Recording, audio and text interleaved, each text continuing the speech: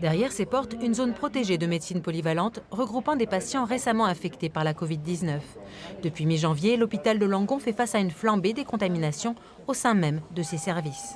On s'attendait à quelque chose qui venait de l'extérieur par le biais des urgences. Et en fait, on a eu la surprise de constater qu'il y a une huitaine de jours que la moitié de nos patients étaient Covid positifs au test et une bonne partie étaient malades aussi, ce qui n'est pas tout à fait la même chose. Et dans le personnel également, on avait la même proportion. Dans ce service de cardiologie, 90% des consultations et les opérations non urgentes sont annulées, le personnel testé négatif redéployé.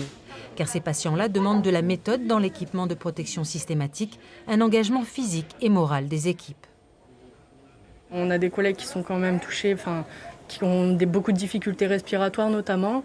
Et puis aussi ça touche l'équipe dans le sens où on est obligé de faire appel à du personnel extérieur pour pouvoir combler les arrêts, etc. Et même nous, on est obligé de revenir sur des jours de repos.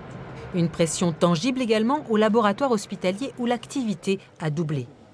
On était à peu près entre 250 et 300 dossiers par jour, ça dépendait des journées. Il faut savoir que désormais, on a rajouté à ces 300 dossiers à peu près 300 dossiers Covid en plus tous les jours.